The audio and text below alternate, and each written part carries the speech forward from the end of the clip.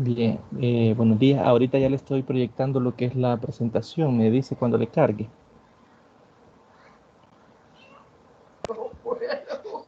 Sí, ahorita ya la puedo ver.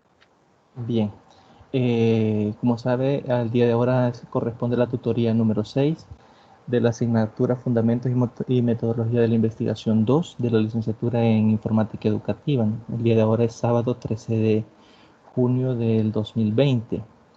Yo soy el tutor encargado del grupo virtual 1. Mi nombre es John Osvaldo Gómez Torres, el coordinador de la asignatura del licenciado José Alexander Ávalo Fuentes, de la modalidad distancia de la Facultad de Ciencias Naturales y Matemáticas de la Universidad de El Salvador. La agenda a desarrollar el día de ahora, teníamos lo que es bienvenida y saludo, después tenemos lo que es un sondeo de lectura.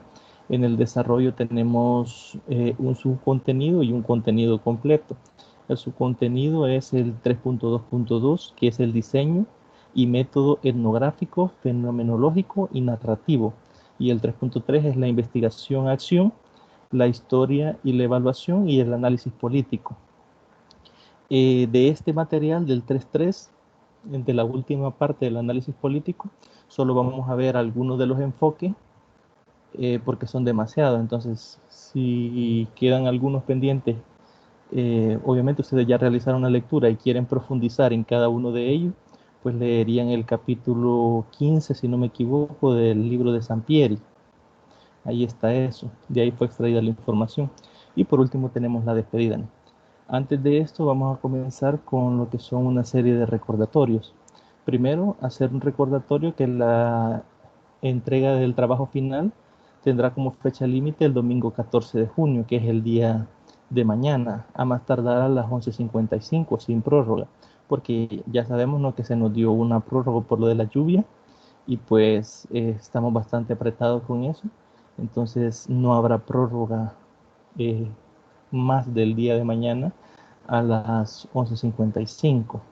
Por eso es que se les invita a que puedan hacer las entregas en plataforma con anterioridad. No esperemos a último día y a última hora para realizar, porque puede fallar plataforma, puede llover y podemos perder conexión a internet, ¿no? Entonces hay una serie de cosas que pueden suceder y que nos estarían afectando con la entrega, ¿no? Entonces, para evitar esos problemas, si se va a entregar el día de mañana o si se van a esperar hasta últimas horas de la noche, hacerlo con bastantes horas de anticipación, ¿no?, para que puedan tener la posibilidad de realizar su entrega si fallara alguno de estos elementos, ¿no? Otro recordatorio es los horarios de atención, siempre, ¿verdad? Los martes y jueves en horario de 8 a 9. Siempre recordarles que pueden preguntar en cualquier otro día, cualquier horario, solo que en estos horarios es donde yo permanezco más al pendiente, ¿no? Si escriben ya sea al correo o a plataforma o a los foros que están en plataforma.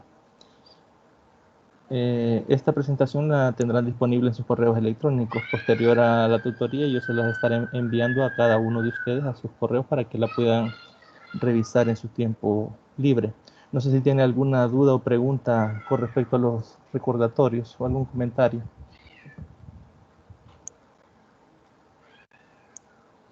No, por el momento no, Lick. Bien. Tenemos acá una pequeña reflexión. No sé si me quiere ayudar con la lectura y la interpretación.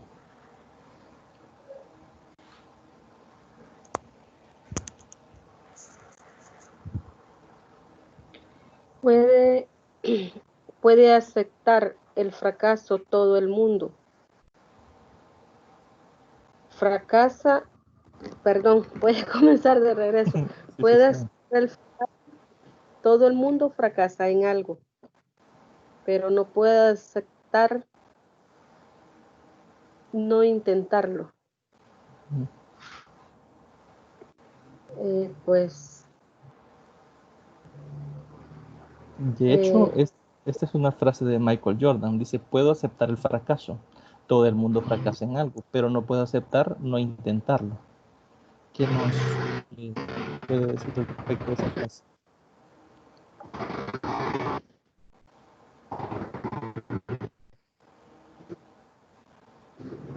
sí, creo que ahí más que todo creo que es la perseverancia, ¿verdad?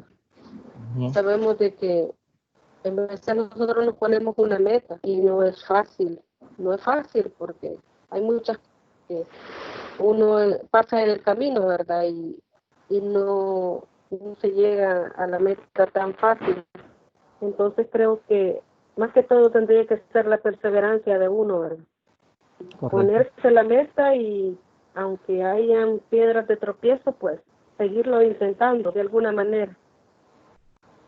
Así es. A veces nosotros no intentamos las cosas, ¿no? Las pensamos, pero no las intentamos por miedo a no conseguirlo. Por ejemplo, en mi caso, tal vez su caso, es estudiar, sacar un título universitario. Pero ¿qué hubiera pasado si usted solo lo hubiera pensado y por miedo a no lograrlo no lo hubiera intentado? Es más difícil aceptar eso, ¿no?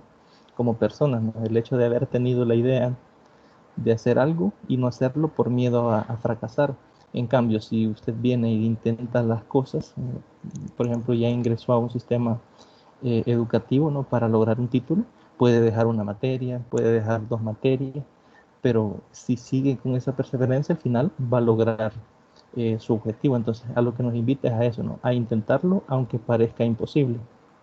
Eso es en cuanto a la reflexión del día de ahora. No sé si tiene algún comentario o pasamos ya a los contenidos.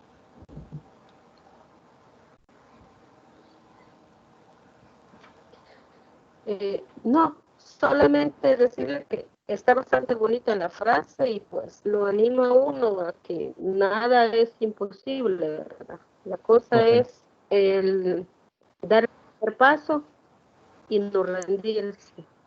Correcto. Así es. Muchas gracias. En el sondeo de lectura había colocado dos preguntas.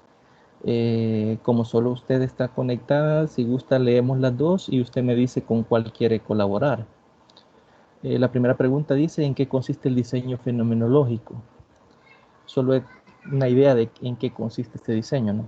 Y la segunda pregunta dice que en el análisis político se considera el enfoque feminista.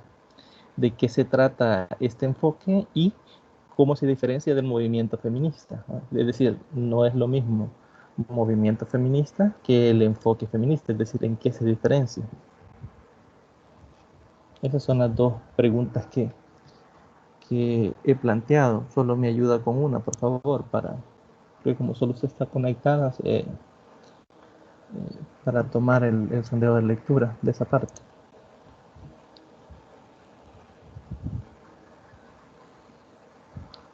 La primera pregunta corresponde al primer material, ¿no? Que vamos a ver el día de ahora, que sería el 322, y la segunda pregunta ya es del análisis político, que es de la 33.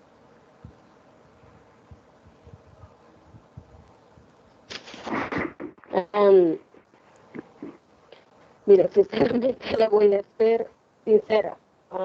No he leído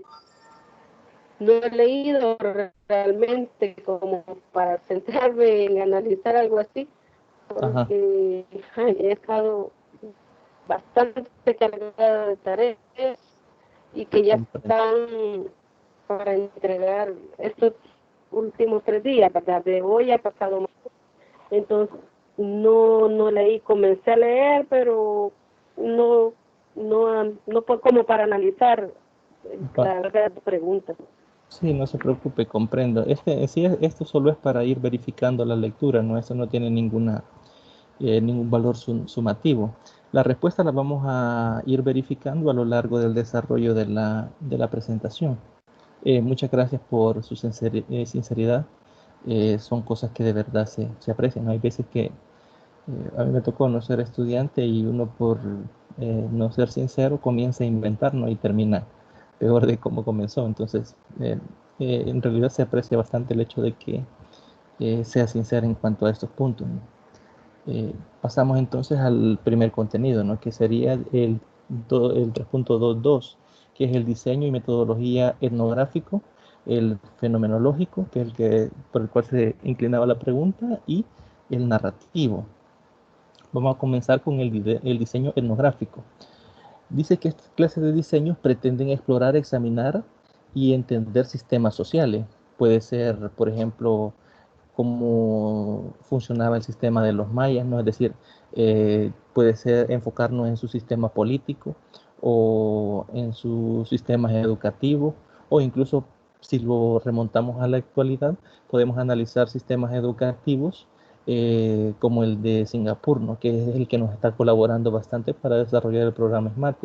Es decir, para un diseño etnográfico lo que nos interesa es analizar sistemas sociales de un grupo determinado o de una comunidad determinada, ¿no? Ya sea esta por su cultura o por cómo funcionaban, así como producir, dice, interacciones profundas y significativas de la cultura, desde las perspectivas o puntos de vista de los participantes o nativos. Es decir, si nosotros pretendiéramos desarrollar un diseño etnográfico de, por ejemplo, las culturas indígenas que hay en algunos países, como por ejemplo México, incluso acá en El Salvador se supone que todavía hay algunas de estas culturas, ¿no? Entonces, lo que pretenderíamos es explicar cómo funciona, es decir, cuáles son sus ideas políticas, no políticas como nosotros la conocemos, sino como ellos, es decir, cómo eligen un líder, cómo eligen quién desarrolla determinada acción o cómo se comportan en el sistema educativo. Luego tenemos que Thompson en 2009 y Patton en 2002 señalan que tales diseños buscan describir, interpretar y analizar ideas. Si se fija, aquí buscamos analizar las ideas de este grupo de personas, las creencias y los significados que les dan a su día a día, ¿no? Conocimientos y prácticas presentes en tales sistemas.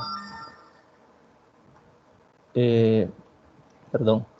Pueden ser muy amplios y abarcar la historia, geografía, es decir, cómo elegían el lugar donde se ubicaban, sus subsistemas socioeconómicos, educativos, políticos y cultural. Aquí entra en la parte cultural, entran lo que son rituales, símbolos, funciones sociales, parentescos, migraciones, redes y un sinfín de elementos. En este sentido, lo que buscan esta clase de diseños es entender básicamente cómo es que funciona. Por ejemplo, yo no tengo específicamente el dato, pero a mí me recuerdo que el docente que me daba sociología en la universidad nos preguntó una vez que si, por qué creíamos nosotros que en todos los municipios de El Salvador o en la gran mayoría de estos, siempre la iglesia está cerca de la policía y la policía está cerca de la escuela. Es decir, estos elementos, estos tres elementos, hay y eso cerca de la alcaldía. ¿Por qué decía estos cuatro elementos? Están juntos. Si vemos las alcaldías, o perdón, si vemos los municipios y buscamos esos cuatro elementos, casi siempre o en la mayoría de casos están juntos. Entonces él nos preguntaba por qué, de dónde surge eso. Entonces ese es un ejemplo claro de cómo se podría analizar con un diseño etnográfico nuestra cultura, ¿no? Como salvadoreño. Es decir, ¿por qué ocurre esto de ubicar estos cuatro elementos siempre juntos? Entonces ya se podría desarrollar mediante un diseño de este tipo, ¿no? Que busque entender por qué se desarrollan estos sistemas así de esta forma o por qué se promueve el hecho de que estén en este sentido. Luego nos preguntaríamos cuál es el propósito de esta clase de diseños. Pues sería describir y analizar lo que las personas de un sitio, estrato o contexto determinado hacen usualmente. Se analizan los participantes en acción, es decir, lo que hacemos en nuestro día a día, ¿no? Cómo nos comportamos, cómo interactuamos entre nosotros mismos, así como los significados que se le dan a ese comportamiento realizado en circunstancias comunes o especiales.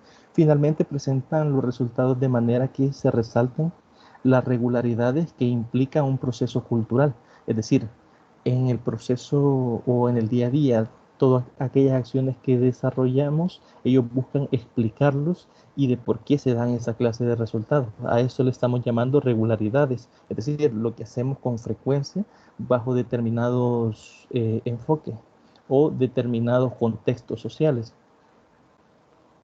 Algunas características de la investigación etnográfica son: número uno, las preguntas de investigación deben formularse de tal manera que permitan no solo observar la cultura, sino discernir, que sería diferenciar, interpretar y entender la estructura. patrones de comportamiento y funciones. Es decir, todas esas preguntas que realicemos deben de dotarnos de esta información, que sería información sobre la cultura, sobre conductas, sobre los intereses que las personas tienen dentro de esta cultura y todos aquellos patrones de comportamientos que hacen frente a determinadas acciones o a determinadas situaciones. El segundo punto dice, utiliza principios, principalmente la observación directa, regularmente participante, es decir, que ingresa directamente al fenómeno como tal, del sistema sociocultural e historias orales, es decir, a veces no se tiene acceso, digamos, a las culturas como tal, es decir, no podemos ir a donde están algunas civilizaciones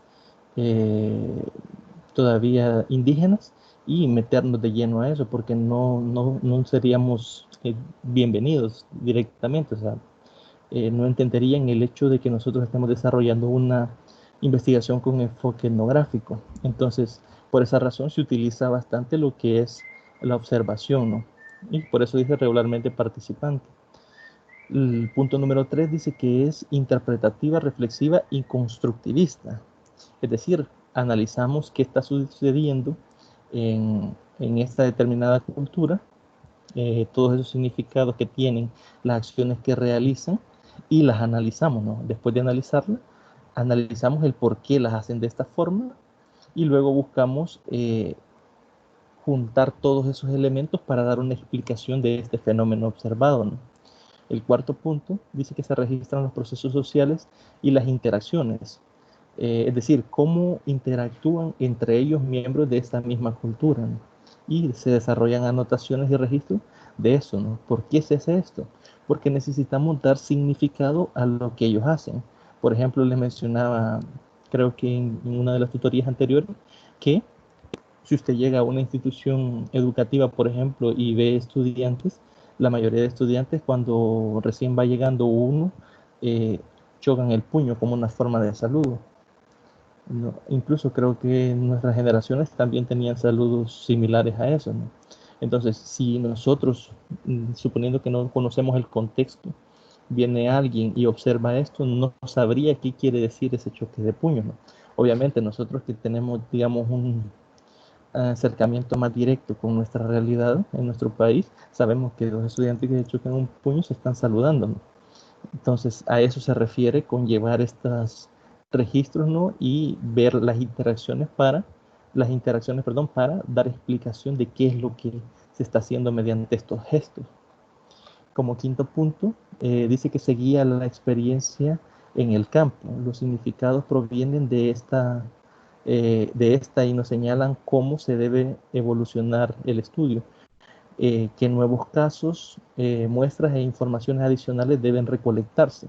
Es decir, una vez que nosotros ingresamos o comenzamos a recopilar información, puede que surja información que nos haga agregar nuevos temas de análisis, ¿no? Por eso dice que debe evolucionar el estudio. ¿Por qué? Porque tal vez nosotros que no conocemos como tal el fenómeno que está ocurriendo, nos damos cuenta que hemos dejado de lado algunos puntos que son claves dentro de la investigación. Entonces ahí los iríamos modificando o los iríamos añadiendo, ¿no? Para irle dando rumbo a la investigación dependiendo de la nueva información que va surgiendo. Como sexto punto tenemos los registros y datos son interpretados desde dentro del contexto social, es decir, volviendo al ejemplo de los estudiantes que chocan el puño, si yo no tuviese nada de conocimiento de qué significa esto, yo no voy a decir, se chocaron el puño o yo tratar de dar una explicación de lo que yo vi, sino desde dentro, es decir, qué significa para ellos en realidad hacer esto. Para eso obviamente yo tendría que ir y preguntarles, ¿no? ¿Por qué lo hacen? Por eso dice que debe ser desde dentro, ¿no? Del contexto social del sistema considerado, ¿no? El investigador trata de desarrollar una perspectiva interna y comunicar una narrativa desde la visión local de la propia comunidad o grupo, es decir, desde dentro de donde está ocurriendo el fenómeno. Como séptimo punto tenemos los diseños etnográficos son holísticos. ¿Qué nos quiere decir que sean holísticos? Que son parte de un todo, son considerados como todo, ¿no? todos aquellos elementos que conforman el fenómeno. Cuando le hablaba yo de los mayas, ahí podíamos haber analizado, por ejemplo, solo su condición política, es decir, cómo eh, se comportaban ellos en esta parte, ¿no? O solamente su condición educativa, ¿no? O podemos analizarlos todos estos elementos, ¿no? Que constituyen el día a día de esta cultura completa como tal. Entonces, por eso nos dice que los diseños etnográficos son holísticos, porque puede abarcar todo lo que conlleva dentro de la cultura, no todos esos puntos independientes. Ya que al inicio dice, se busca una perspectiva general que luego se va enfocando en los elementos que tienen mayor significado para interpretar al grupo, la comunidad o la cultura. No hay que perder de vista, en este caso, que los diseños etnográficos buscan eso, explicar y comprender lo que es la cultura como tal de un cierto grupo determinado, ¿no? Como octavo punto, dice que además de la observación pueden utilizarse otras formas de recolección de datos, como lo es la entrevista y reuniones grupales. Aquí yo les he colocado lo que es una imagen donde tenemos lo que es un grupo focal. Un grupo focal es, formamos parte, los elementos son personas que pertenecen al fenómeno como tal o que han vivido o experimentado el fenómeno. Entonces comenzamos a ver cómo se relacionan entre ellos, cómo interactúan, los puntos de vista sobre determinados temas, y de ahí nosotros podemos ir sacando conclusiones, es decir, por qué realizan ciertos gestos o qué posiciones tienen con relación a ciertas ideas, ¿no? Ya pueden ser ideas políticas, ideas económicas o ideas educativas, ¿no? Por eso nos habla de grupos focales más bien informales, es decir, no es que va a ser un grupo focal como tal, sino que mantenga la estructura de lo que es un grupo focal, pero que esté bien estructurados. También puede sacarse información de biografías, análisis de datos secundarios, instrumentos proyectivos, imágenes, fotografías, grabaciones en audio y en video, recopilación de documentos. Esos documentos pueden ser diarios, mapas, atlas, etcétera. Es decir, tenemos una cantidad grande de donde podemos ir y recoger información. Obviamente, las herramientas más utilizadas son la observación y pues la entrevista, ¿no? Es decir, o podemos desarrollar o aplicar la técnica de lo que es grupos focales, que en investigaciones cualitativas suele ser una herramienta bastante buena utilizada, ¿no? El noveno punto nos dice que frecuentemente se mapea el contexto físico, es decir, se utiliza algún sistema para comprender geográficamente cómo se comporta esa cultura. Normalmente en nuestra época actual se habla de la tecnología GPS, ¿no? Que es sistemas de posicionamiento global.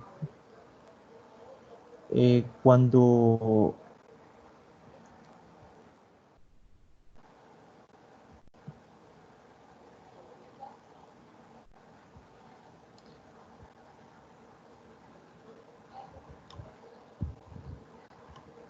bien.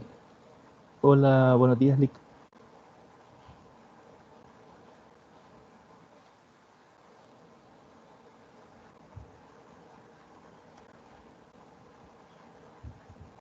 Hola, hola, ¿me escuchan?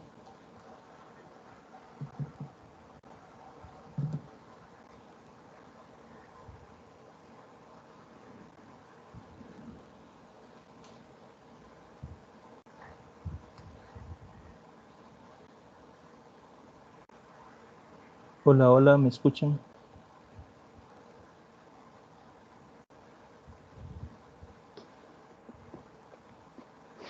Sí, se le escucha, aunque un poco cortado, Dixon Osvaldo.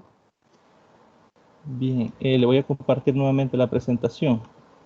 No sé si el Lick Ábalos tiene algún mensaje o alguna información.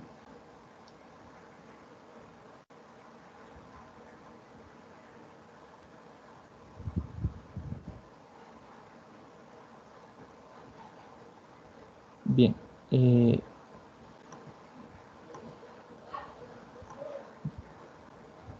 le voy a compartir nuevamente entonces. Me dice cuando le cargue.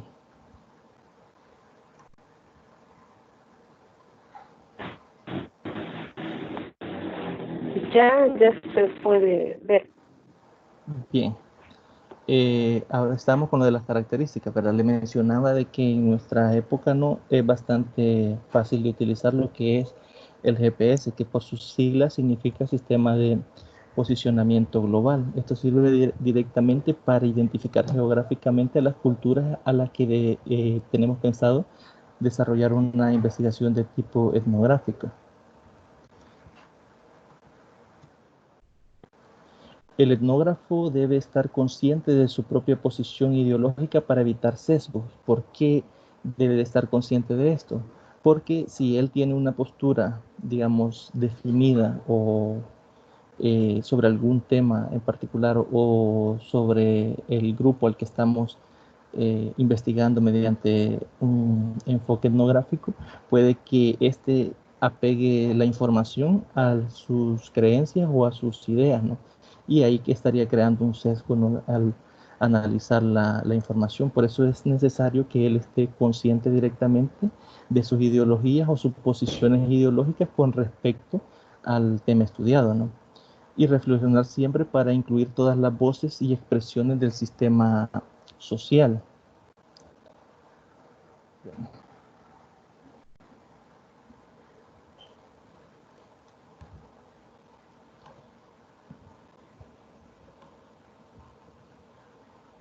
Me permite que tuve un problema con la presentación.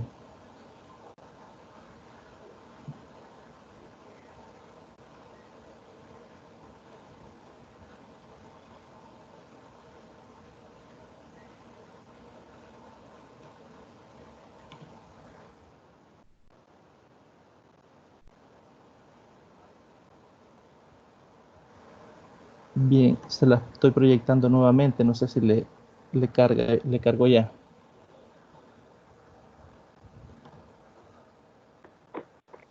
Sí. Bien. Existen diversas clasificaciones de los diseños etnográficos. Según Creswell en 2013 y Madison en 2011, es posible dividirlas de la siguiente manera. Primero, que los diseños sean realistas o mixtos. Se recolectan datos tanto cualitativos o cuantitativos.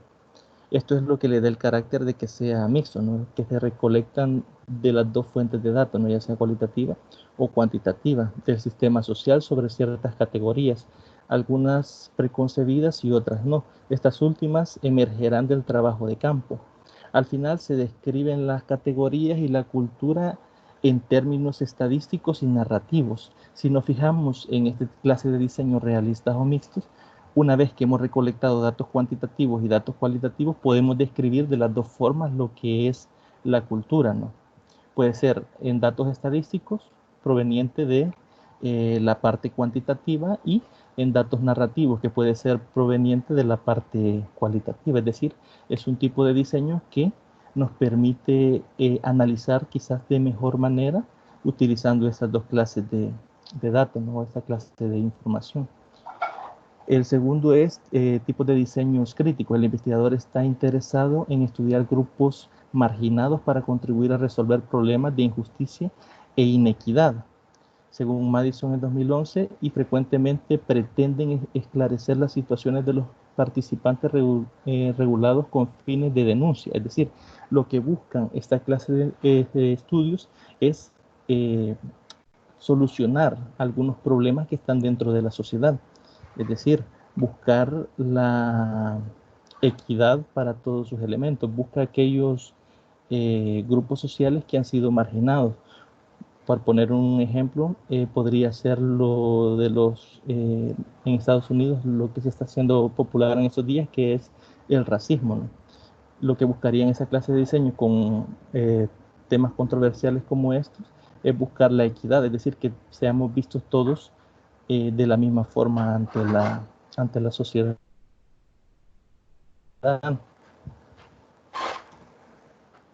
Como tercer diseño tenemos lo que son los diseños clásicos. Estos diseños se consideran a toda la cultura en conjunto y analiza posiciones ideológicas y cuestiones explícitas e implícitas. Es decir, analiza la cultura como un todo y buscamos aquellas características que son, digamos, fácilmente observables y aquellas que son implícitas, es decir, que están en sí dentro de la cultura como tal. Tenemos como cuarto tipo de diseños los diseños macroetnográficos, que su objetivo es la descripción e interpretación de los sistemas sociales complejos, una comunidad educativa, una sociedad tribal, los fanáticos de la guerra de las galaxias, etcétera. Es decir, aquellos que tienen algo en común. Por ejemplo, cuando hablamos de aquellos a los que son fanáticos a la guerra de la galaxia, es que hay ciertas características que los hace iguales para poder gustarles o ser fanático de esto. Hay algunos puntos dentro de estos elementos que los hacen sentirse como iguales, ¿no? Como quinto tipo de diseño tenemos los diseños microetnográficos, que se centran en un aspecto de la cultura o una situación social concreta. Por ejemplo, un estudio sobre los ritos que se manifiestan en una organización para elegir nuevos socios en unas compañías de asesoría legal. Muchas veces hay investigaciones que se centran en esta forma, es decir, en cómo las personas son promovidas dentro de alguna empresa. Incluso muchas personas a veces demandan el hecho de que tener muchísimo tiempo dentro de las empresas y no obtener los mismos resultados que otras personas que tienen menos tiempo y que van ascendiendo, ¿no?, en la escala más rápido, de forma más rápida. Entonces, estos clases de diseños buscan analizar el cómo es que se hace estas selecciones. El sexto diseño son los casos culturales, que se considera a una unidad, un grupo, una comunidad o una ciudad, en función de toda la cultura, sistemáticamente, desde su historia y evolución hasta todos sus subsistemas, que sería el social, económico y político. Es decir, nosotros podemos analizar en un determinado municipio, por ejemplo, cómo funciona su sistema social, eh, cómo se comportan económicamente, es decir, a qué se dedican, eh, cómo o qué injerencia política pueden tener, es decir, cómo eligen a sus representantes, puede ser incluso a nivel nacional, es decir, centrarnos en uno de estos subsistemas y analizar cómo es que llegamos a realizar ciertas conductas dentro de la cultura que estamos viviendo, ¿no?, como tal dentro del fenómeno social. Luego tenemos los grupos o comunidades estudiadas en diseños etnográficos poseen algunas de las siguientes características. La primera es que los individuos que la conforman mantienen interacciones regulares y lo han hecho durante cierto tiempo, es decir, que las interacciones entre los individuos que conforman estos grupos han tenido interacciones entre ellos durante mucho tiempo y de forma regular, ¿no? Es decir, seguido, es decir, no es que se veían cada 3 años, cada 4 años, es decir, las interacciones pueden ser diarias, ¿no?, o incluso semanales, ¿no? Por ejemplo, aquellos grupos que van a ver los partidos de fútbol, ¿no? A veces se van en grupos de 10, 15 o 20 personas, pero con alguna regularidad, ¿no? A eso se refiere cuando habla de regularidades y que se ha hecho durante mucho tiempo, ¿no? El literal B dice que representa una manera y estilo de vida. Aquí podemos quizás mencionar el hecho de que ellos consideran este accionar como su vida, ¿no?, como su día a día. Es decir, la manera en que ellos desarrollan su vida dentro de estas culturas. El literal C dice que comparte creencias, comportamientos y otros patrones hacia una finalidad común. Es decir, todos tienen una idea de lo que es un bien común y de cómo poder alcanzarla, ¿no? Y mediante estos ellos tienen una serie de creencias, una serie de comportamientos y patrones de conducta referentes a acciones del entorno particular, ¿no? Ahora bien, esto en cuanto a los diseños etnográficos, no sé si tiene alguna duda o alguna pregunta hasta acá o algún comentario.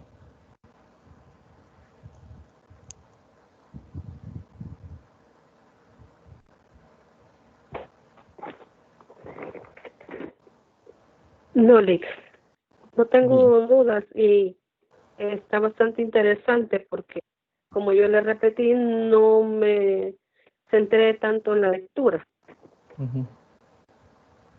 Bien, vamos entonces ahora a leer un poco de lo que son los diseños narrativos.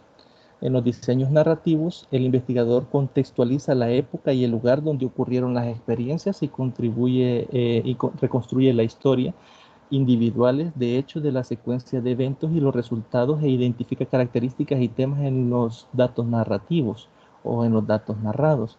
Si se fija acá directamente, nos está diciendo que hay que contextualizar una época, es decir, cuándo ocurrieron los datos, un lugar que sería dónde ocurrieron los hechos y reconstruir la historia, es decir, cronológicamente hablar de cómo ocurrieron esos hechos en un contexto y en una historia determinada. Por ejemplo, estaba viendo, creo que en una de las tutorías anteriores hablamos de lo que eran los documentales de los narcos. Creo que hubo un ejemplo de esto. Estaba viendo yo una entrevista que le realizan a lo que es el hijo de Pablo Escobar. Y por otra parte está un tipo que fue, o un hombre que fue sicario de Pablo Escobar, que eh, contradice lo que dice el hijo. Es decir, el hijo da una serie de informaciones cronológicamente de cosas que hizo el papá y el sicario eh, dice de que eso no ocurrió de esa forma en esos tiempos y pone un ejemplo. Da la fecha de una persona que fue secuestrada y esa persona fue secuestrada un año después de la muerte de Pablo Escobar. Entonces, si nos fijamos ahí, el hijo no tenía una cronología correcta de los hechos para que respaldaran lo que es la historia que él estaba reconstruyendo. Es decir, él sí tenía los lugares, él sí tenía los eventos que habían ocurrido, pero cronológicamente no los pudo haber cometido la persona porque ya había fallecido. Entonces, es bastante importante al momento de contextualizar la época también tener la historia cronológicamente desarrollada, ¿no? Otro punto dice que los diseños narrativos pretenden entender los sucesos de hechos, situaciones, fenómenos, procesos y eventos donde se involucran pensamientos, sentimientos, emociones e interacciones a través de las vivencias contadas por quienes la experimentaron. Es decir, en los diseños narrativos nos interesa conocer los pensamientos, las ideas y las emociones de las personas que nos la están contando. ¿Por qué es importante esto? Porque a veces un gesto, una reacción o indirecta a algo que se le pregunta a alguien puede revelarnos información que esta persona no esté diciendo, ¿no? Entonces, es importante tomar en cuenta todo eso, es decir, las ideas que tengan con respecto al evento, los sentimientos y las emociones que estén inmersas dentro de la persona que está o que realizó la vivencia, ¿no? De las informaciones que esté contando, ¿no? Se centran en las narrativas entendidas como la historia de participantes relatadas o proyectadas y registradas de diversos medios que describen un evento o un conjunto de eventos conectados cronológicamente. Si nos fijamos acá, nuevamente nos aparece el elemento de cronológicamente, es decir, que estén en el tiempo ubicados de forma correcta, es decir, que la forma en que se desarrollaron los eventos dentro de la narrativa tiene que tener esa secuencia para que tenga veracidad, ¿no? De cómo se fueron ocurriendo los hechos. Muchas veces hay quienes tergiversan estas informaciones porque les es más conveniente, ¿no? Porque el resultado no es lo mismo si yo hago algo o a causa de algo yo reacciono que si yo actúo sin que haya un causante previo, ¿no? Entonces hay que tener clara la idea de que cronológicamente los hechos deben de estar situados en un contexto, en una época y en un lugar correctamente definido, ¿no? Las narrativas pueden referirse a, literal a, las biografías o historias de vida de personas o grupos. Un líder histórico, por ejemplo, puede ser un líder histórico, un asesino en serie, un individuo común, un equipo deportivo que obtuvo grandes logros, un grupo directivo de una empresa, los fundadores de Apple, por ejemplo, Steve Jobs, Steve Wozniak y sus colaboradores. De hecho, de Steve Jobs han sacado incluso una película que narra cómo es que él fue capaz de construir el imperio que llegó a ser eh, con lo de las computadoras, ¿no? Y los dispositivos electrónicos. En sí, el hombre no es que eh, era, digamos, profesional en estas áreas. Lo que él hacía era buscar gente que fuera especialista en esas áreas. Es decir, él tenía las ideas y él buscaba a alguien que pudiera llevar a cabo esas ideas. Entonces, es bastante interesante revisar la cinta y no se da cuenta uno que ahí ha sido aplicado lo que es un enfoque narrativo, ¿no? Es decir, ha sido investigada la vida y cómo él eh, llegó a ser quien llegó a ser, ¿no? El literal B dice que los pasajes o épocas de sus vidas, un periodo de un paciente con una enfermedad terminal, personas que perdieron su patrimonio, una crisis económica y los desenlaces, es decir, qué fue el detonante de lo que aconteció, ¿no? Es decir, por ejemplo, acá quizás un ejemplo que puede funcionar o ser claro es el que el dueño de Starbucks.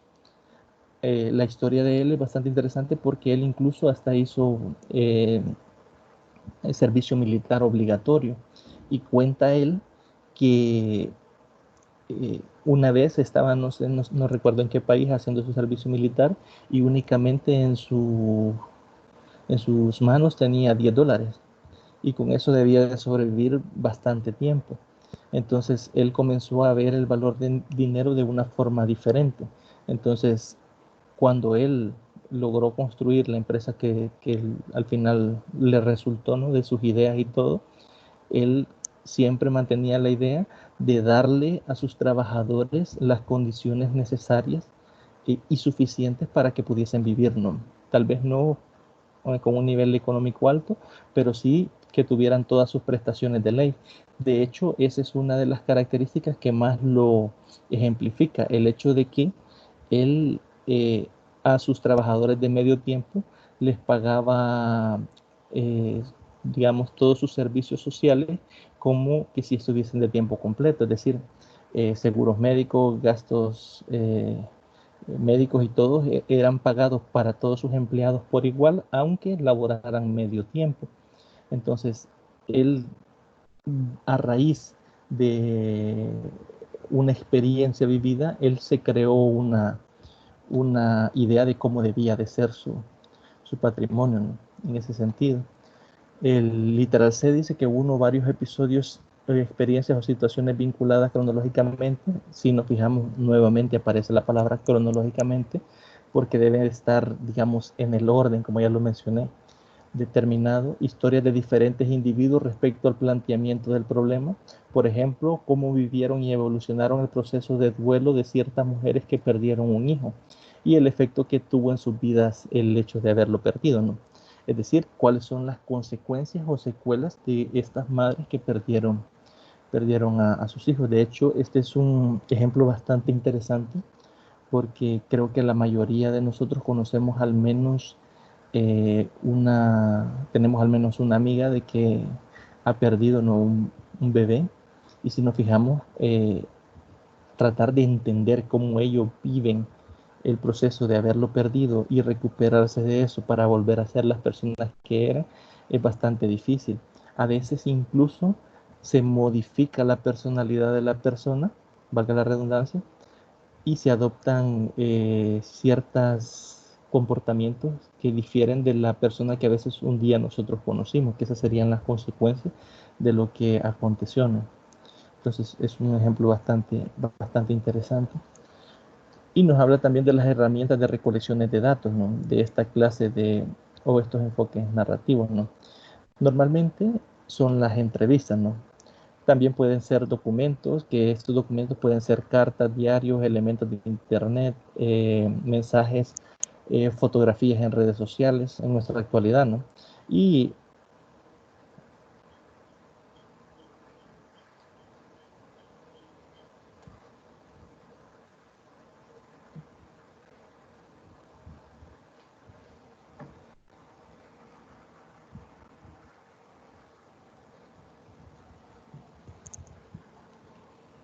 Hola, hola, ¿me escuchan?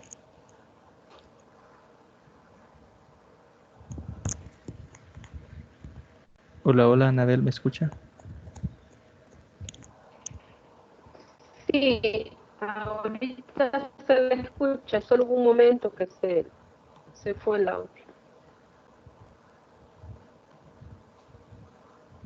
Bien, nos habíamos quedado acá, tuve un pequeño problema de conexión de internet, pero creo que ya se restableció. Le estaba mencionando, ¿no?, que para recolectar los datos tenemos lo que eran las entrevistas, documentos, ¿no?, que pueden ser cartas, diarios, fotografías de redes sociales, correos electrónicos, comunicados, etcétera, ¿no? También pueden ser artículos de prensa, que estos artículos pueden tener imágenes, audios y videos, eh, artefactos, expresiones artísticas, etcétera, ¿no? También pueden ser fuente de información lo que son las biografías o las autobiografías o historias de vida de cada una de las personas, ¿no?, que estén dentro del fenómeno que estamos estudiando. En ocasiones se consideran diferentes evidencias de cada participante sobre el planteamiento o fenómeno para desarrollar la narrativa individual. Tal sería el caso de analizar una entrevista grabada en video, documentos producidos, fotografías y objetos personales. Es decir, que también podemos recolectar información mediante el análisis de estos elementos que ya están, cuando no tenemos acceso directamente a las personas o a la fuente primaria de la información. No podemos analizar lo que es una entrevista de alguna persona en algún tiempo determinado, en algún contexto determinado, ¿no?, y ver que las argumentaciones que esta persona da sobre un punto en particular, ¿no? El procedimiento de aplicación de este tipo de investigaciones es el siguiente. Primero, sería recopilar historias o narraciones de experiencias de los participantes en función de su planteamiento del problema. Es decir, en este punto lo que nos interesa es recolectar esta información, es decir, las historias, narraciones que ya existan sobre el participante, ¿no?, o la persona sobre la cual queremos, eh, la persona o personas sobre las cuales queremos desarrollar lo que es la investigación narrativa. El segundo punto sería armar una historia en general, entretejiendo las narraciones individuales. Es decir, si yo tengo un conjunto de narraciones sobre un hecho en particular, para formar una historia como tal, yo tendría que escuchar todas las narraciones, cómo las vivieron estas diferentes personas y darle un sentido a la narración, es decir, darle un sentido a lo que sucedió realmente, ¿no?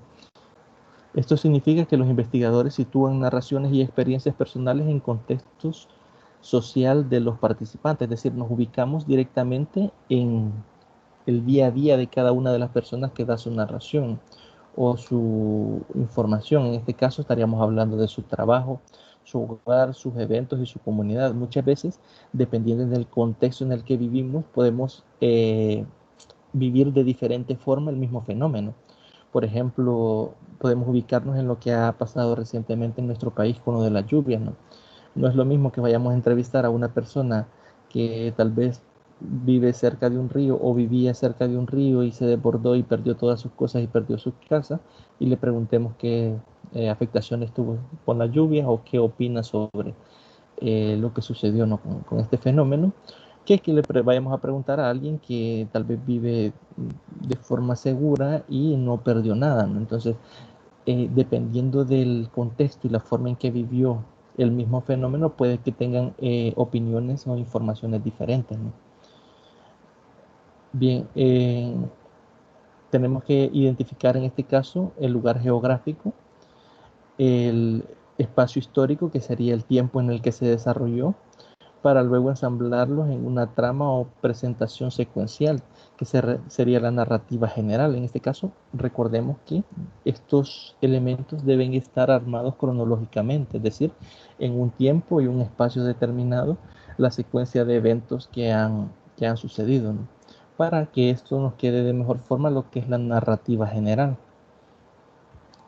Asimismo, algunas consideraciones para este proceso son las siguientes.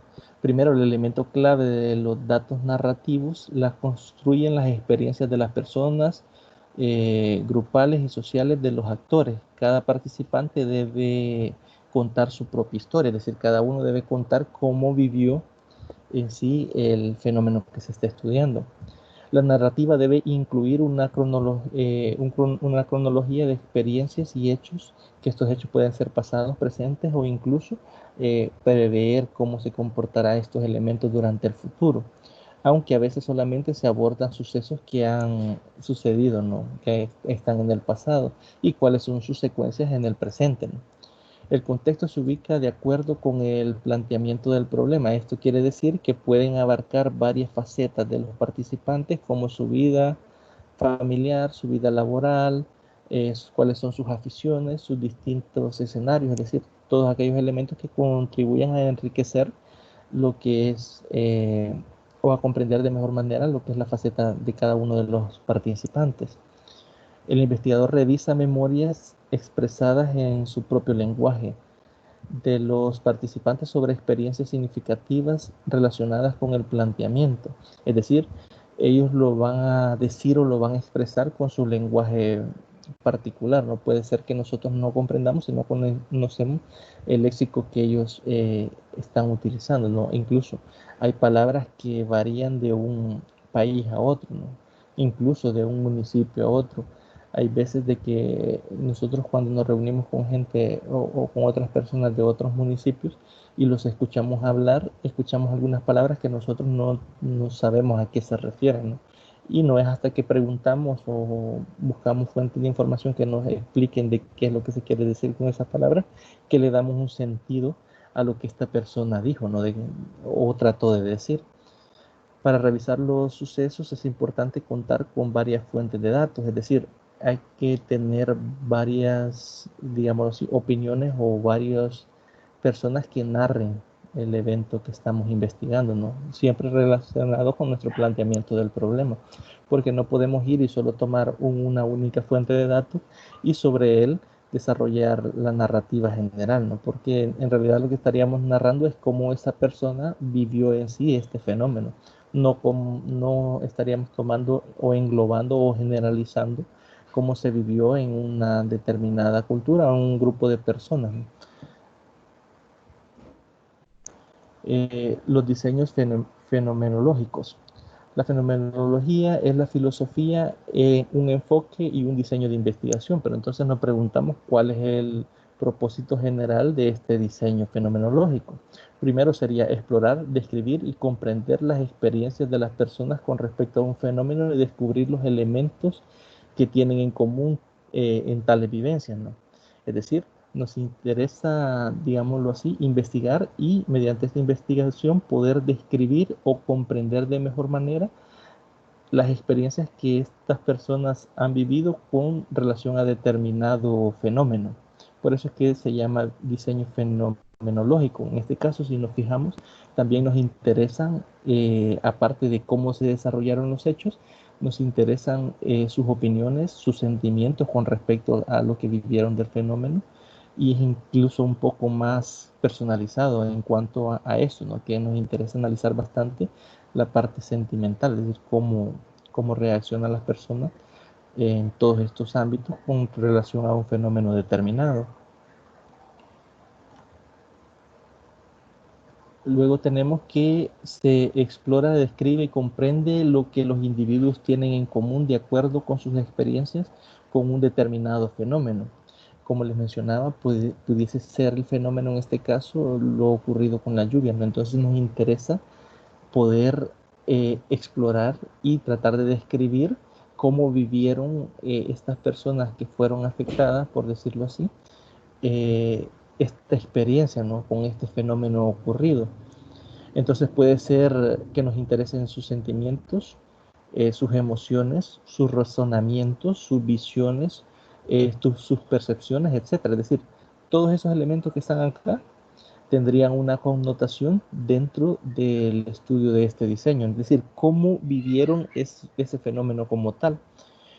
Puede ser la felicidad, la ira, la pena, el dolor, la pérdida de un ser querido, la determinación, tranquilidad, etc. La diferencia entre el diseño narrativo y el diseño fenomenológico es que el primero, es decir, el diseño narrativo, se enfoca en la conexión o suceso de eventos. Es decir, lo que buscamos en este caso es establecer cómo ocurrieron los hechos en un lugar y en un tiempo determinado, desde el punto de vista cronológico de la historia secuencial, es decir, en un tiempo y espacio determinado. Y el segundo, que sería el diseño fenomenológico, eh, el, el segundo dice en la esencia de la experiencia compartida, es decir, cómo una serie de personas viven un mismo evento y qué experiencia les deja cada uno de esos, ¿no? Pero les decía, aquí ya se analizan más emociones, sentimientos, la forma en que perciben el fenómeno como tal. Yo recuerdo haber leído una investigación que se hizo en un municipio de Usulután con respecto que tenía esta visión fenomenológica o este enfoque fenomenológico, donde se les preguntaba a una serie de personas que se entrevistó de cómo vivieron el terremoto de 1986, creo que era 87, no recuerdo bien el año. Entonces se buscaron formas de saber qué fue lo que ocurrió, qué se encontraba haciendo cada una de estas personas y cómo lo vivieron. Se entrevistó por lo general a personas de la tercera edad, habían ancianitas que solo de recordarlo lloraban, que tal vez se encontraban en un cine, que se encontraban trabajando o desarrollando sus actividades cotidianas y cómo se asustaron y describían a la perfección qué sintieron. Entonces, cuando hablamos de esas sensaciones, estamos hablando directamente de las emociones y sentimientos que cada una de estas personas tenía con respecto a lo que vivió en ese momento. Incluso el hecho de recordarlo, muchas de estas personas lloraban, ¿no? Porque recordaban a veces la pérdida de un ser querido en ese fenómeno o incluso algunos que son más sentimentales que lloraban el hecho de haber perdido cosas materiales en esa época, ¿no?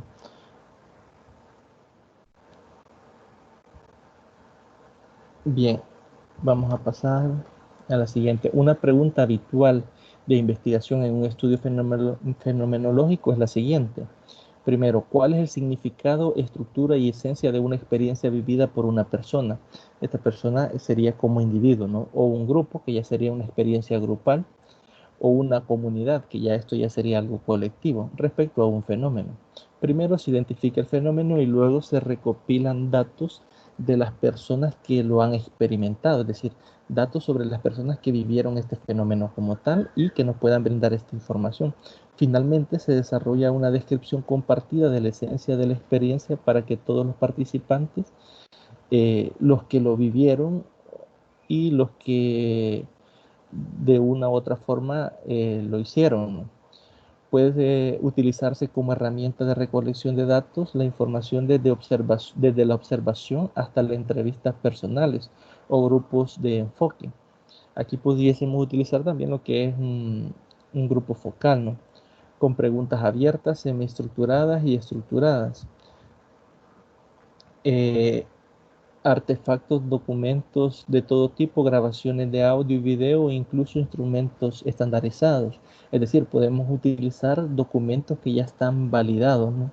En la red. Podemos buscar dependiendo de cuál es el fenómeno, ¿no? O en nuestro planteamiento del problema. No podemos buscar instrumentos que ya están estandarizados, es decir, que ya cuentan con la validez para poder ser utilizados y recabar información que tenga un peso válido, ¿no? Dentro de nuestra investigación, o podemos realizar entrevistas, ¿no? Esas entrevistas pueden tener preguntas abiertas, preguntas cerradas o de ambas, ¿no? Y buscar indagar de esta forma todos aquellos elementos que tal vez no han sido tomados en cuenta previamente por el investigador. Básicamente podemos encontrar dos enfoques a la fenomenología, la fenomenología hermenáutica y la fenomenología empírica, trascendental o psicológica. En este caso, vamos a ver que la fenomenología hermenáutica se concentra en la interpretación de la experiencia humana y de los textos de vida. Es decir, a veces hay personas que escriben de vivencias personales. Entonces, en este caso nos interesa interpretar la experiencia de cada una de estas personas, que puede ser mediante textos de vida, es decir, cómo la persona vivió un determinado fenómeno. Luego, la fenomenología empírica se enfoca menos en la interpretación del investigador y más en describir las experiencias de los participantes. Por ejemplo, en ciencias de la salud, describir la esencia de las expresiones de los pacientes. El analista hace a un lado, en la medida de lo posible, sus experiencias para visualizar una nueva perspectiva del fenómeno o un problema bajo. En ese sentido, quizás un mal ejemplo, pero que viene al caso, podemos hablar de las posturas que han tomado en nuestro país los diputados, ¿no?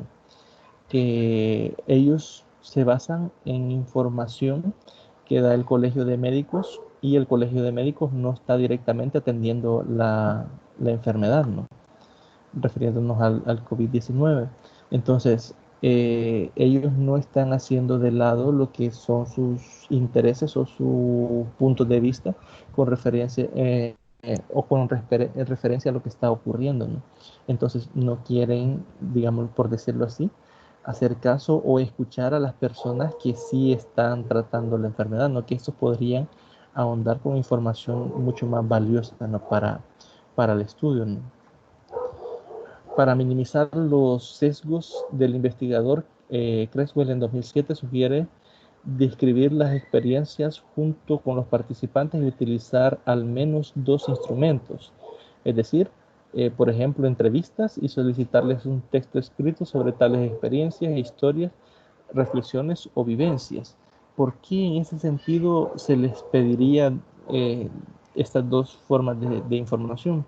A nosotros nos sería de mucho interés confrontar lo que la persona escribió con lo que la persona dijo, ¿no? Porque muchas veces la forma en que hablamos al expresarnos no es la misma en la que pensamos, porque pensamos muy bien a veces las palabras con las que podemos minimizar lo que en realidad pensamos o hacerlo más notorio, ¿no? Entonces, en ese sentido sería bastante interesante poder confrontar estos dos elementos de información. De hecho, si lo hiciéramos mediante un cuestionario y lo hiciéramos mediante una entrevista, lo que estaríamos aplicando al final es una especie de triangulación, ¿no? Es decir, confrontar los datos cuantitativos con datos cualitativos. Al final, nuestra investigación fenomenológica presenta una descripción de las perspectivas comunes y diferentes de los individuos estudiados. Al leer el reporte, los usuarios deben tener la sensación de que entienden mejor lo que significa, es decir, las personas tienen que, al leer el reporte final de la investigación, de que en esencia se entiende lo que sucedió, ¿no? En este fenómeno como tal. Un ejemplo de investigación fenomenológica sería un estudio entre personas que han sido secuestradas para entender cómo definen, describen y entienden esa terrible experiencia en sus propios términos. Es decir, alguien que no ha sido secuestrado no puede o no tendría, digamos, el nivel de entendimiento de qué ocurrió en realidad. ¿Por qué? Porque nosotros no sabemos los sentimientos involucrados, ¿no? Al ser secuestrados, no sabemos las reacciones que cada uno pueda tomar con respecto a estas acciones, o incluso el miedo, ¿no? El temor o el miedo que sintieron en esos momentos, y cómo estos elementos describen qué es lo que se sienten. Entonces, obviamente tendrían que haber personas que han sido secuestradas para poder describirnos todos estos elementos y así poder hacer una mejor descripción de qué es lo que ocurrió en realidad, ¿no? O de qué es lo que se siente estar en esa posición. Con eso finaliza lo que es el primer material. No sé si hasta ahí tiene alguna duda, comentario o alguna sugerencia.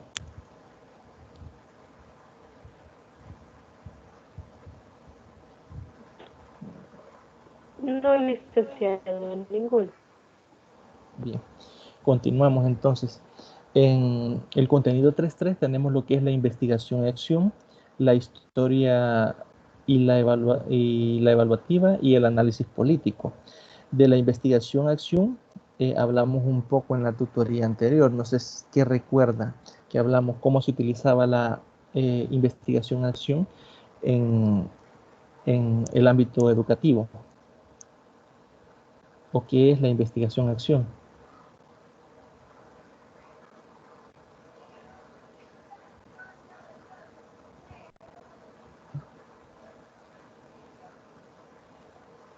No sé si lo recuerda o si estuvo presente.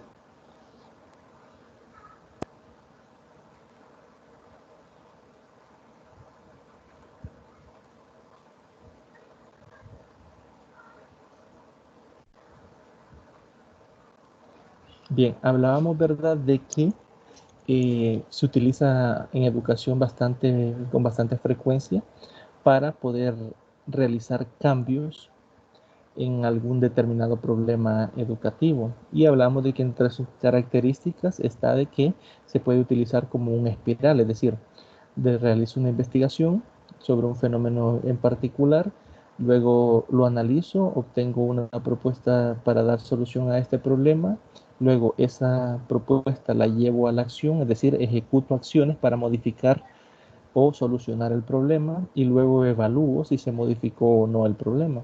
Si no sucedió tal modificación, vuelvo al primer punto, que es volver a analizar, volver a investigar, volver a generar alguna información que pueda modificar este problema y vuelvo a desarrollar el proceso y así sucesivamente.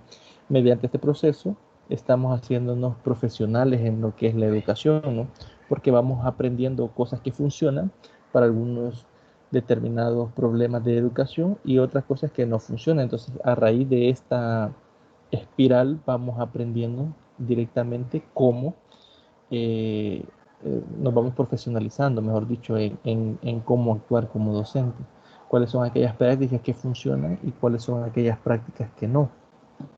El origen de la investigación-acción tiene que ver Lewis, que fue quien acuñó el término investigación-acción en 1994 y otros investigadores le dieron diversas definiciones. La definición de Lewis en 1946 establece la necesidad de mantener unidos los tres componentes esenciales de esta estrategia, que sería investigación, luego un conjunto de acciones para dar solución al problema y luego la formación, ¿no? Es decir, el análisis de lo acontecido con la implementación de esas acciones. Para el autor, el propósito de la investigación-acción se orienta en dos direcciones. Por un lado, está la acción para generar cambios en las instituciones u organizaciones y por el otro está la investigación propiamente para producir conocimiento y comprensión. Es decir, puede que la utilicemos únicamente para tener esta información como un conocimiento y una comprensión de por qué ocurren los fenómenos y cómo se comporta, o puede que la utilicemos para realizar algún cambio dentro de las instituciones u organizaciones, es decir, para solventar algún problema o alguna necesidad existente o latente. Luego tenemos una serie de definiciones. En este caso vamos a ver la de Stephen Kemmis. En 1994 señaló que la investigación-acción tiene una doble propiedad. Es una ciencia práctica y moral, pero también una ciencia crítica.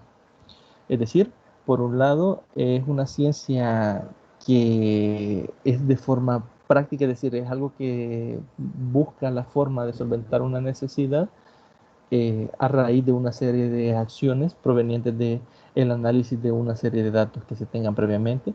Y por el otro es una ciencia crítica, es decir, busca directamente solventar estos problemas a través de la información que se generó durante el mismo fenómeno como tal, ¿no? Define la investigación-acción como una forma de indagación autorreflexiva, es decir, yo realizo una reflexión sobre el proceso que yo estoy implementando. Si lo vemos desde el campo educativo como docente, yo, digamos, enseño algún contenido en particular y yo luego desarrollo una investigación de qué tanto la forma, el método o la técnica en que yo enseñé estos contenidos le produjo resultados satisfactorios a los estudiantes. Y si no funcionaron y yo utilizo unas técnicas diferentes a raíz de que yo sé que no funcionaron, entonces en ese proceso yo estoy haciendo una autorreflexión sobre cómo yo estoy actuando o cómo yo estoy trabajando con este grupo o cómo yo estoy tratando este problema, ¿no?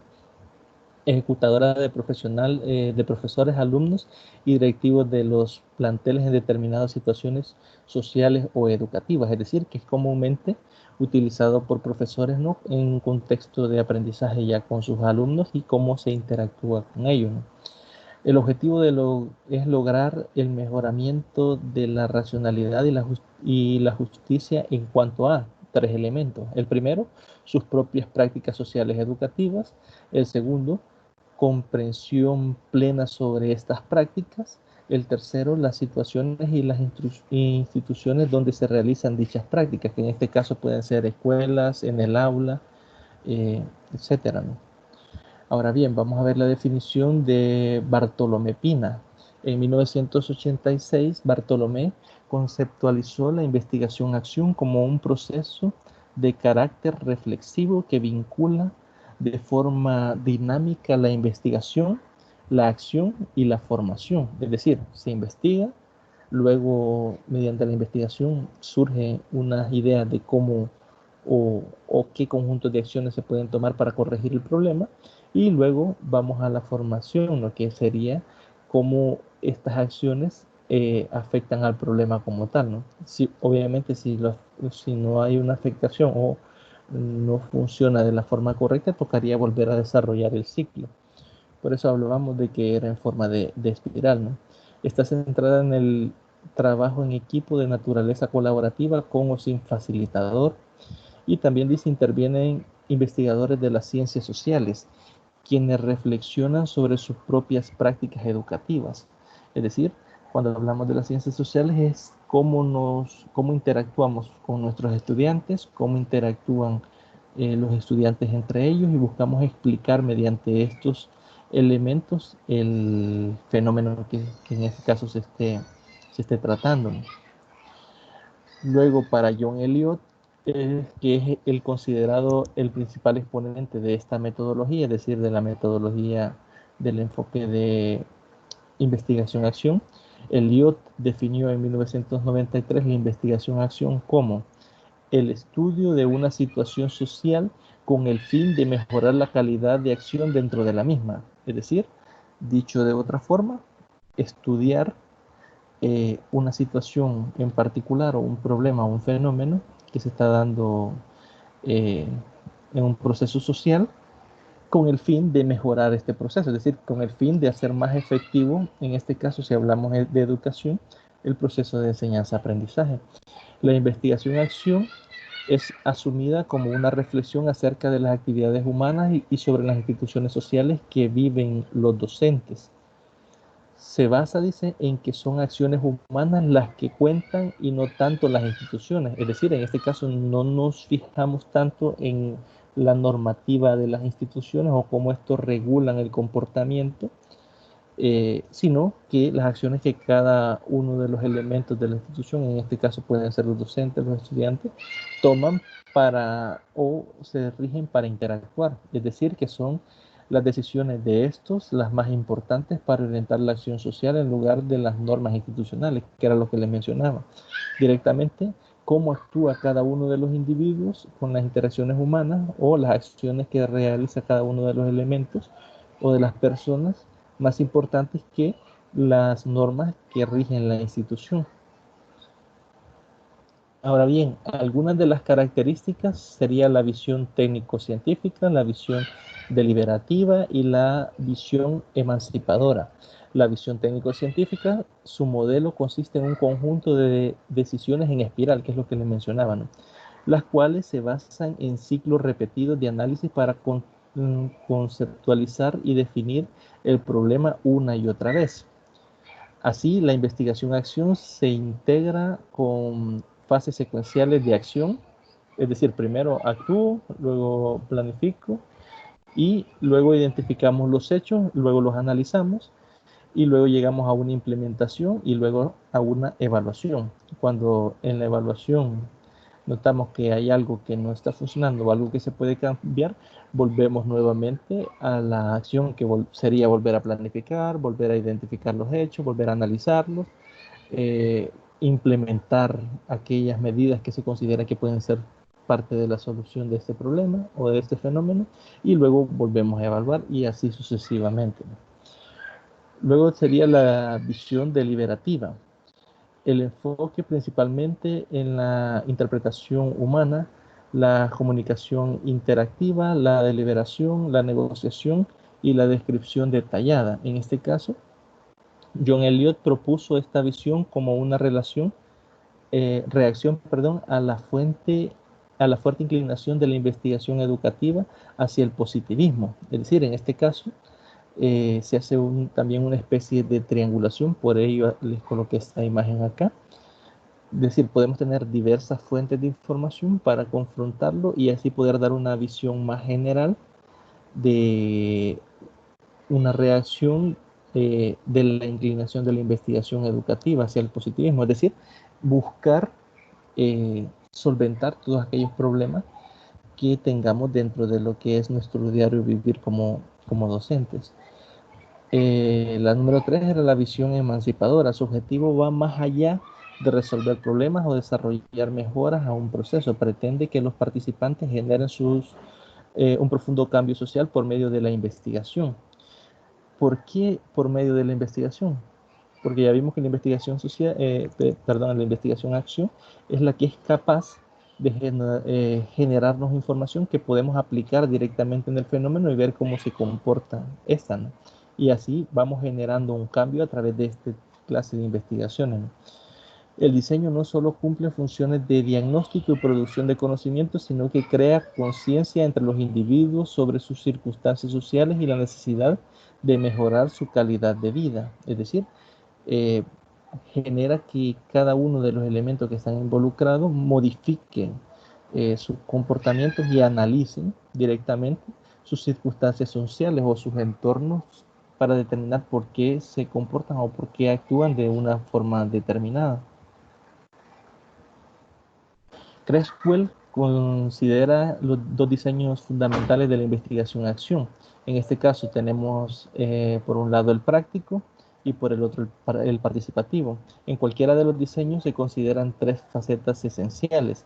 Estas serían la observación, el pensar y el actuar. Es decir, primero observamos, que sería construir un bosquejo del problema y cómo se recolectan los datos.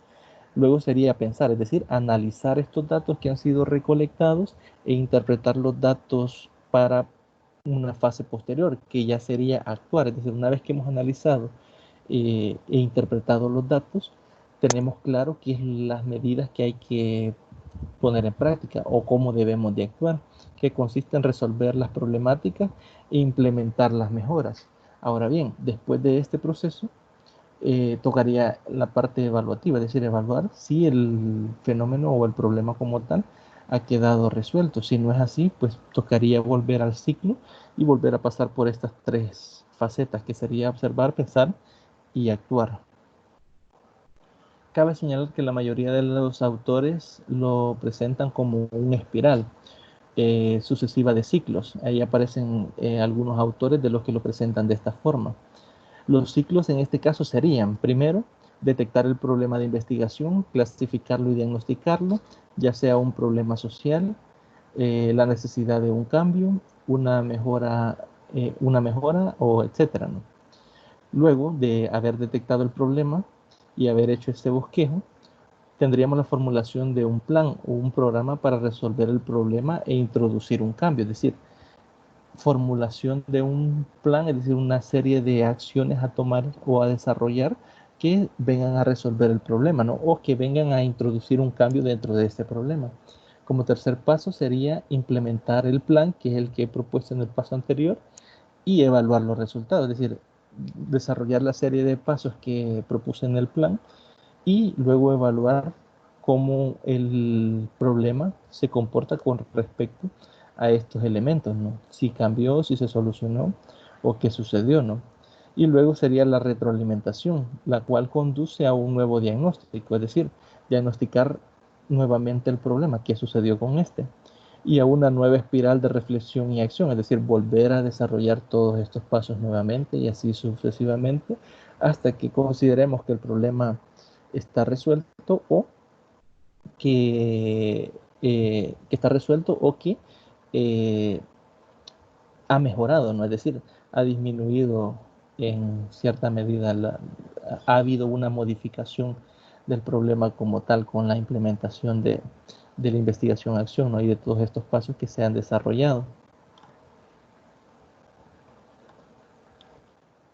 Luego tenemos lo que es el análisis político. El análisis político se puede visualizar como la comprensión de situaciones políticas concretas, no solo de cambios, sino de estabilidad, resultado de una determinada correlación de fuerzas entre diferentes actores. Es decir, el análisis político directamente va a tratar de comprender cómo es que funcionan estos elementos políticos, ¿no? Es decir, si hay una correlación de fuerzas, cómo es que estos se mantienen estables en un determinado tiempo, ¿no? O si surgen cambios en este tipo de correlaciones.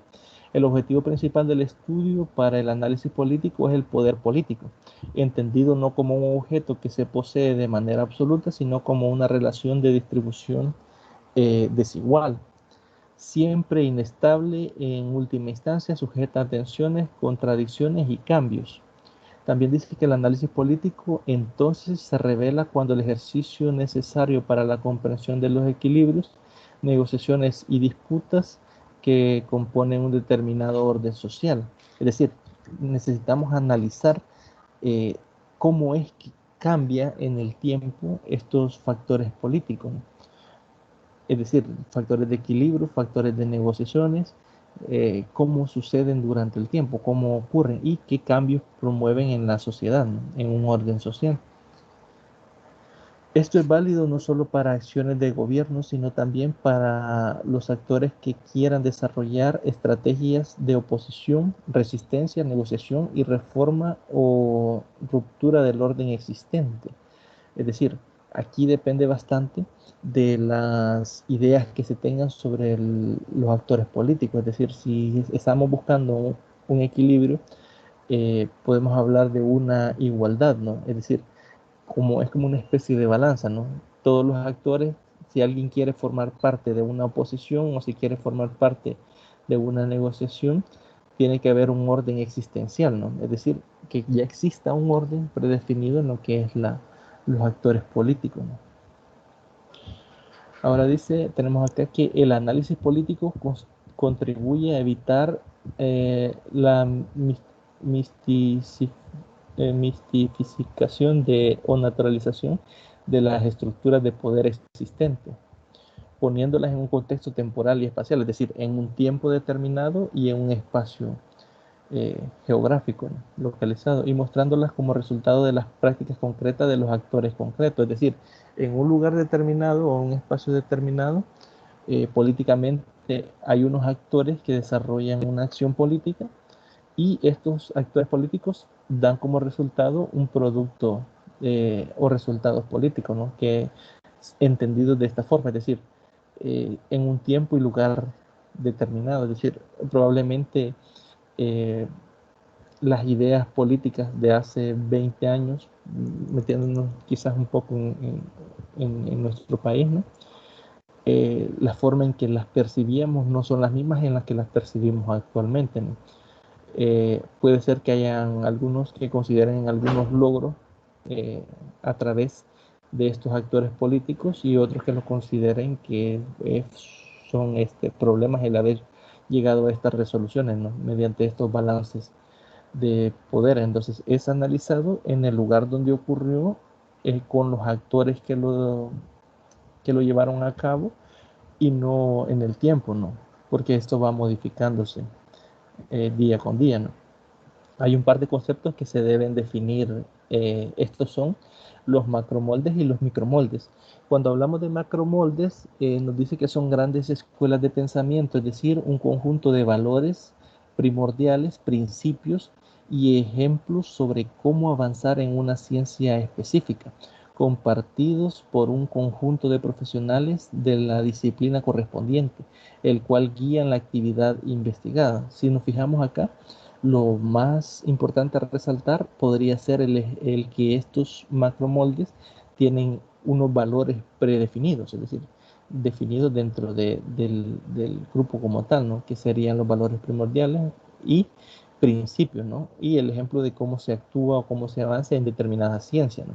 Ahora bien, los micromoldes son más específicos e incluyen una gama de perspectivas, procedimientos y recursos para adelantar la investigación, los cuales abarcan desde los enfoques, las teorías y los modelos hasta una gran diversidad de métodos y técnicas necesarias para el abordaje de la problemática. En este sentido, los micromoldes serían, digamos, más operacionales, porque ya va directamente ligado a cómo, en qué enfoque va a llevar cada uno de los elementos que se quieran, ¿no?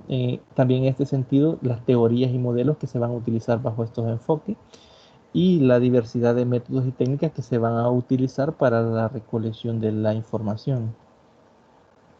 Ahora bien, tenemos varios macromoldes. En este caso, por razones de tiempo, yo solo les coloqué dos, si no me equivoco. El primero que les coloqué ahí es el macromolde hermenáutico.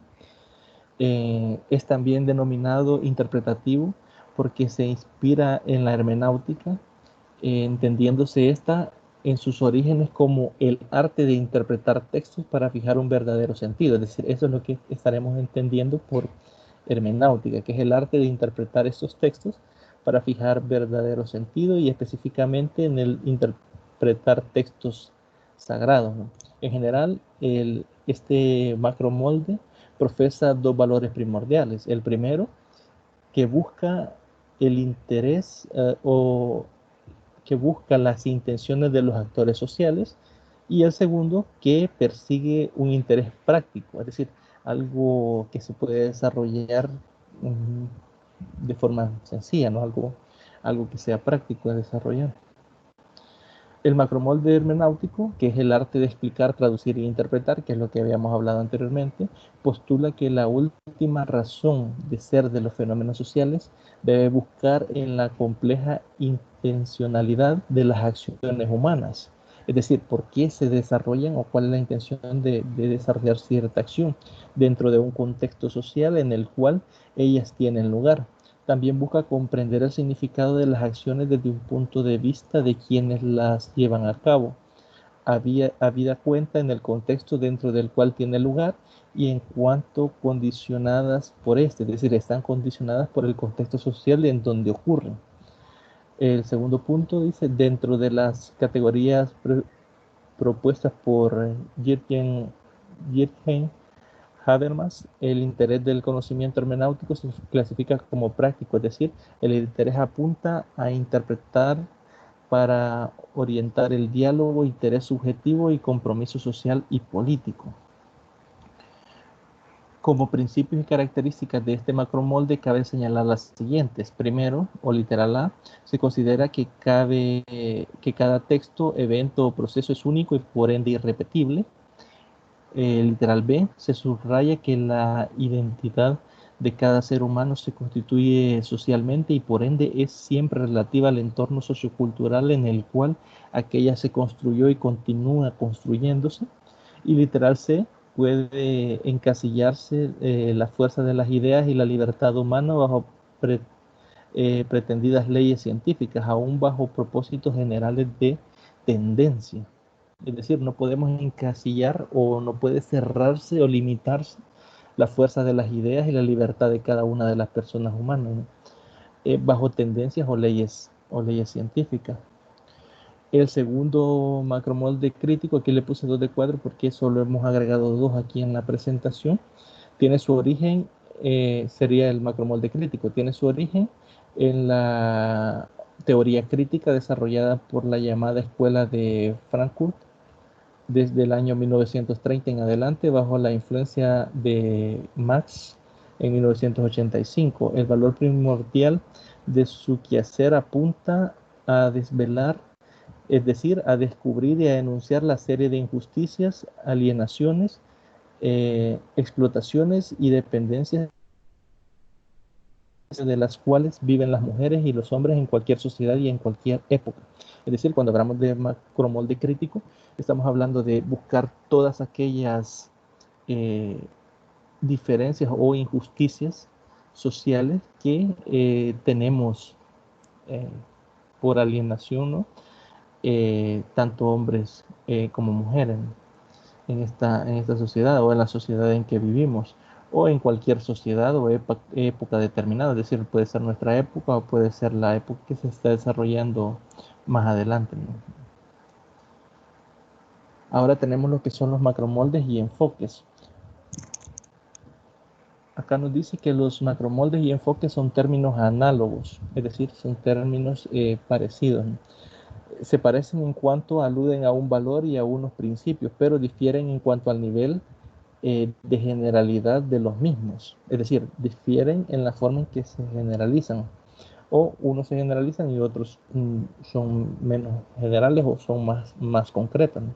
Los grandes valores y principios los determinan el macromolde, el enfoque acoge esos valores y principios y los complementa con otros específicos, podría decirse, de un nivel un poco más operacional, es decir, de cómo se actúa directamente. Cuando hablamos de operacionales, cómo operamos con esta información, ¿no?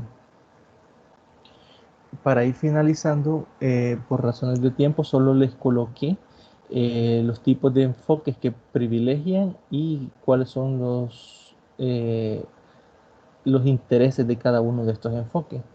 Tenemos lo que es el enfoque psicosocial, el enfoque de elección racional, el enfoque de teoría de juegos, el enfoque de procesos decisorios, el enfoque ideacional y el enfoque filosófico.